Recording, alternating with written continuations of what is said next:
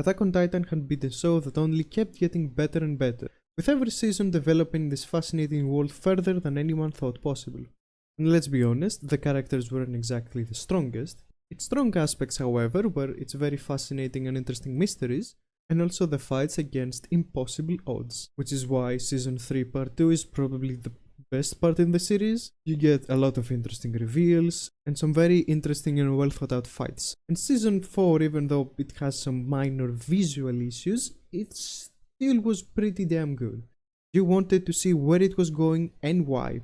And in the end, when you get the answer to all of those questions, well, here we are. That horse may have been dead for quite a long time now, but I haven't thrown any punches in yet, so now is as good time as any. Hello, my name is Zim, your friendly neighborhood fishman, and today, well, we're beating a dead horse, as I aptly put it earlier, I think, because this ending is something I keep thinking every once in a while. What is it that makes it so disappointing is something I keep asking myself, and I get slightly different answers every time. But after much thought, I've narrowed it down to 4 specific reasons, with each having its own minor reasons. So let's just go over them. Let's not waste any more time, let's just get immediately into those reasons. So, reason number 1. Minor bullshit leading up to the finale. What, you thought I was just gonna talk about that one scene? Oh no. Oh, if only it were that simple. No, the bullshit starts from way earlier actually. It starts from right here. That's some bullshit right there. Falco, the plot convenience titan. Oh, here we go. So, she can turn into a bird now. He can turn into a bird because he has a small portion of monkey titan DNA in him. The rules are starting to break. And let me explain why. So the beast titan has the power to turn you into your favorite animal, from what I've gathered. Okay? Okay.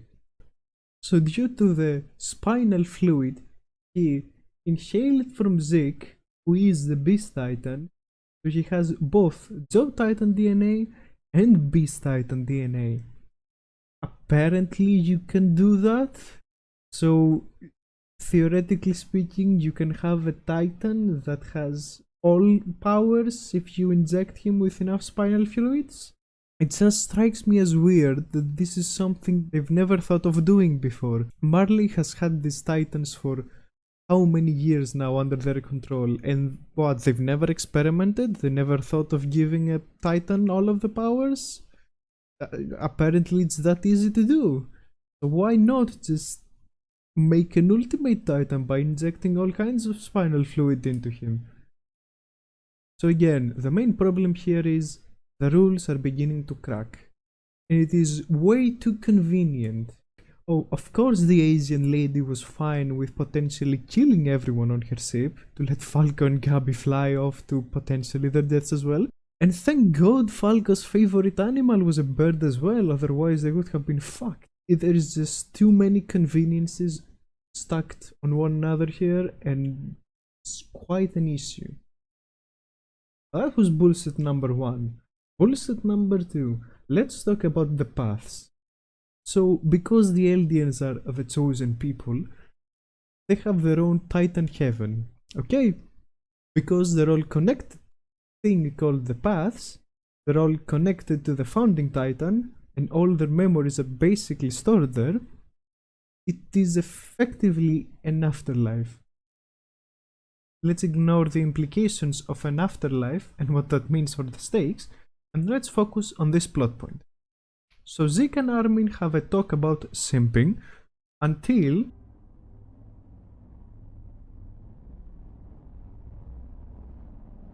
and then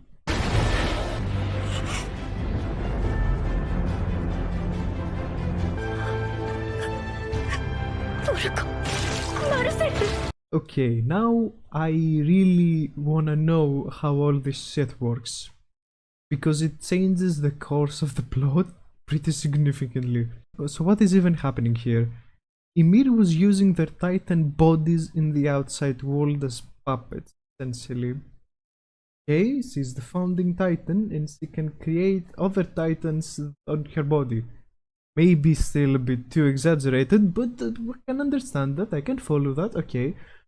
But now we learn it wasn't just a recreation of their bodies, but they also had their memories and they can be awakened from this sleep, death, Emir's control. How does it even happen? It just does. Yeah, sure. Armin and Zig just slapped them until they woke up, apparently.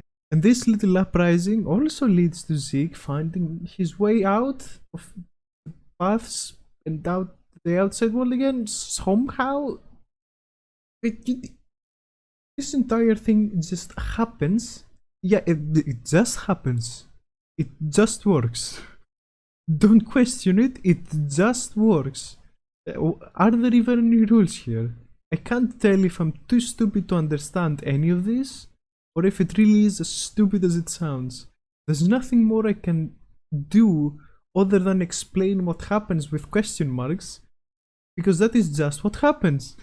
Confusing event after confusing events with seemingly no rules. But I'll say that there is a chance I'm just stupid here. I cannot understand this. Yes, my Western brain is not capable enough to comprehend this genius, but I highly doubt that is the case.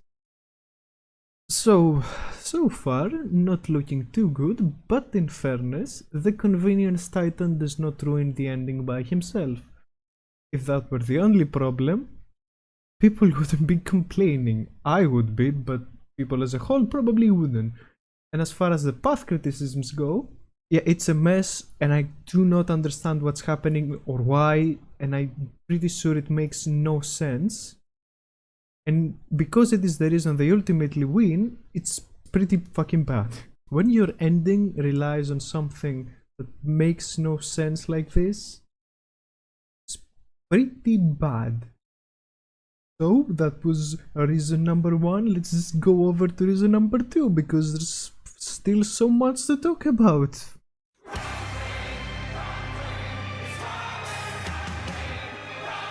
Okay, let's address the colossal titan in the room, and specifically what he left behind. Which is nothing. Absolutely nothing. Now humor me here for a second. Let's do a game theory. God bless your soul. Would humanity survive the rumbling? To find the answer to that question, we only need 2 pieces of evidence. Exhibit number 1. This is what is left behind by the Titans. Exhibit number 2. 80% of humanity is fucking dead. Now what can we do? I can't do the voice. I can't do the voice. So what can we deduce from these pieces of evidence? Number 1. Untold ecological damage. The only thing left behind is a barren wasteland. Plenty of animals are most likely dead, either because of the rumbling itself, or because of the ecological damage that came after it.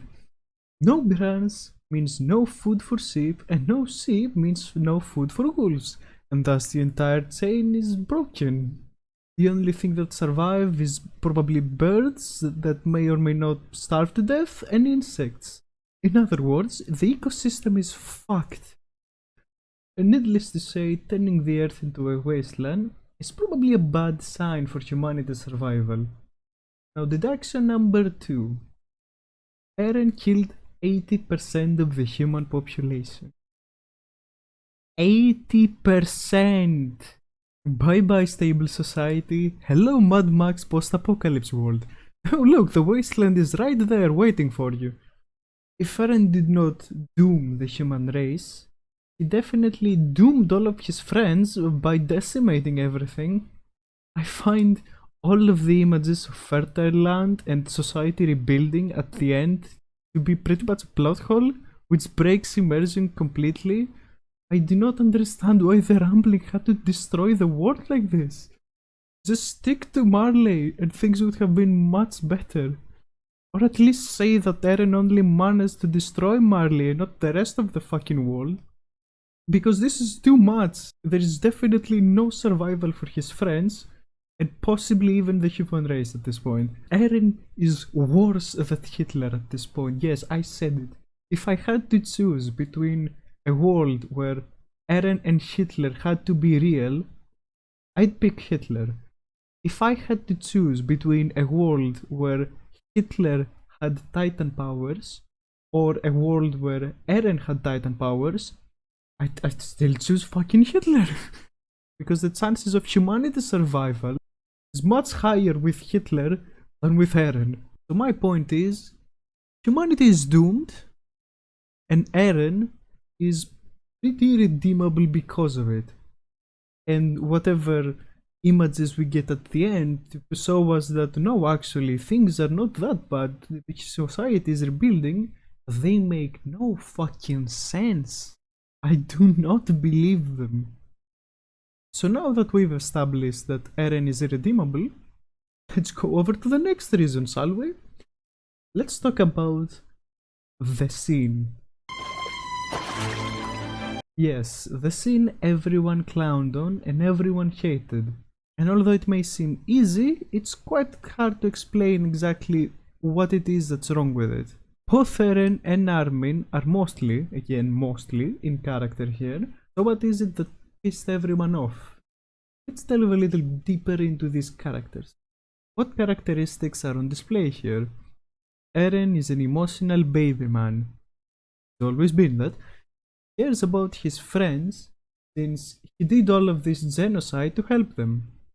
Which again is in line with his character, although again, as I've established, he kinda doomed his friends. There is no recovery after this. They're fucking doomed. And he also is a genocidal maniac, which is also something he's always been. So Eren, at least, is very much in character here. However, the dialogue fucking sucks and lacks all subtlety. It's just Eren venting about the fact that he can't see Mikasa again.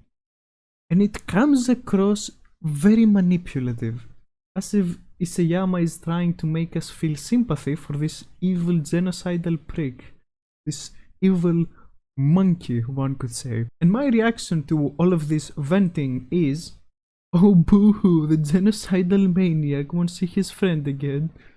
Good. He deserves it.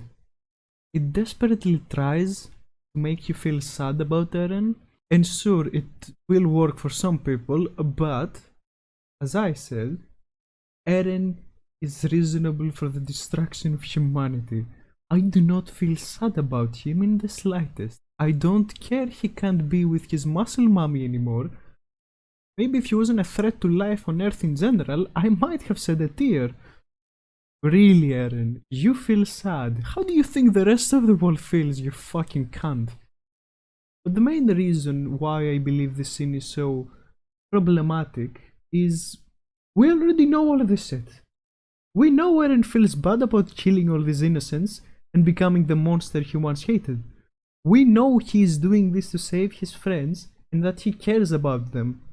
We know, they know that. All of this information had been conveyed to us through several actions, reactions, and most importantly, expressions.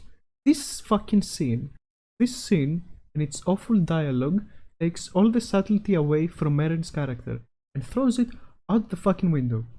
The way I'd fix this ending, and what I thought they would do in the anime, is remove the scene entirely. A single expression can say more, and it can say it better. Better than watching someone vent about his problems on Discord. Because this is basically what we're watching right now. We see Eren venting on Discord about how sad he feels that he won't see his mommy again. Oh no. And this is what I believe ruins not only this ending, but Eren's character completely. Just all the subtlety thrown away. Oh, actually there's another small issue. Arigato, Eren. Armin fucking thanks him? What the fuck? What the fuck is wrong with you, Armin?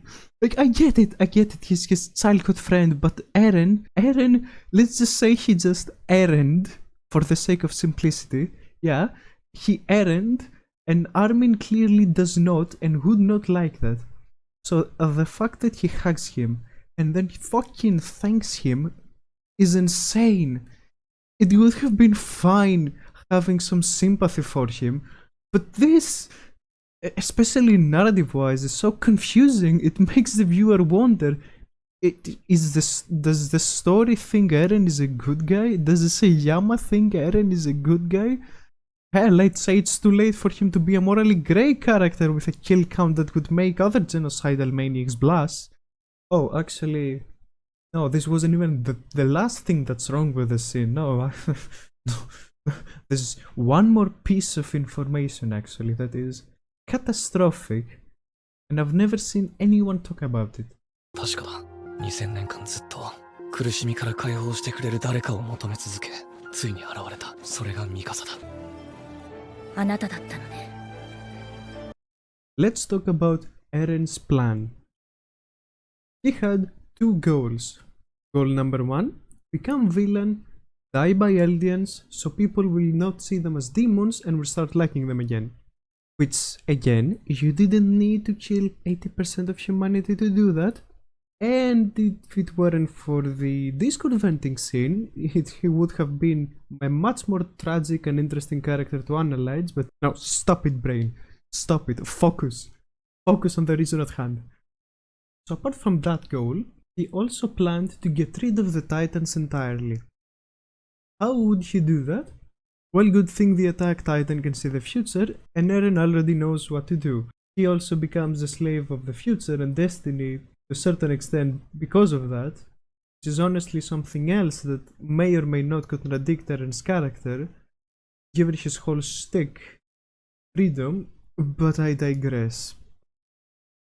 Fuck me, the more I think about this, the more complicated it gets and the more flaws I find. But now let's forget about all of these interesting questions that Attack on Titan isn't interested in exploring anymore. Okay, enough sidetracks. Let's talk about Ymir. Let's talk about the main thing that absolutely fucks this finale up. Ymir loved a crazy evil king that wanted her dead. Why? Because women and bad boys. Am I right, fellas? Anyways, she loved him, apparently, and even 1,000 years later, she continues doing what is told by him. Then Eren comes along, who's seen the future, and says, "Hey babe, I bet I can show you something that will change your mind and make you delete the Titans." And Ymir goes along with that, some fucking reason. So Eren, with his infinite wisdom, constructs a scenario where Mikasa overcomes her love for him and kills him, which inspires Ymir to stop listening to her abusive husband and thus deleting the Titans. So in other words, Eren is your average male feminist, promotes women's rights, and genocidal maniac. All he's missing is 200 pounds and he's just like Movie Bob. Anyway, so let's get this straight. Ymir, a slave to her dead abusive husband, someone with no will of her own anymore. All that Simp needed to see to change her entire worldview was another woman killing her abusive bad boy boyfriend. That's all she needed to get inspired and break free from the shackles of the patriarchy and stop listening to the orders. That's it? Because I inspired her so much, she instantly changed her view on life. This is so fucking stupid. Ah, yes. Because we all know how easy it is for women to get out of abusive relationships. Okay, no, just fuck that. Let's just, in all seriousness, people, regardless of gender, have a tough time getting out of this kind of relationship, and for a good reason. Now don't get me wrong here. Feminism jokes aside, my point by no means is Attack on Titan is now woke, which equals bad. No, my point is how terribly rushed and badly written it is. What do I mean by that? What is the reason Ymir fell in love with a crazy evil king? Error 404. And what changed her mind? Oh, she saw a strong woman be independent and strong. Character arc complete. That's it? If you want to explore this kind of topic, at least do it right and do not make a parody of it. I just do not believe it's possible for a character like that, a simp like that, a slave for thousands of years. It does not seem possible to me that she would change her mind so easily after having just one revelation/inspiration. Boogie had many of those. His behavior has remained the same. Real human beings need something more than a revelation to change their lives like that. Revolutionary Girl Utena is a very good example of a character like Ymir done right. There had been so much development and so much build up to that finale where the specific character overcomes and gets over this abusive relationship. It had been built up from the beginning and the arc completes in the end. But without all of that development in the middle, it would not have worked. Ymir has nothing. There's no middle for it because it got introduced like 2 chapters before the ending. There's no gradual change, there is just change. Change that comes out of nowhere. That's the problem. But okay, sure, it's stupid, it's Rust, but at least it doesn't affect much. Right? No, the whole fucking conclusion is based on her change.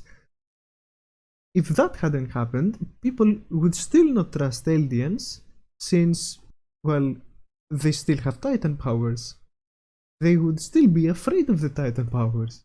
So the entire ending hinders on that fucking Rust plotline. And on top of all that, why does the entire conclusion even hinder on a love story? This is not Revolutionary Girl Utena, where something like that would fit.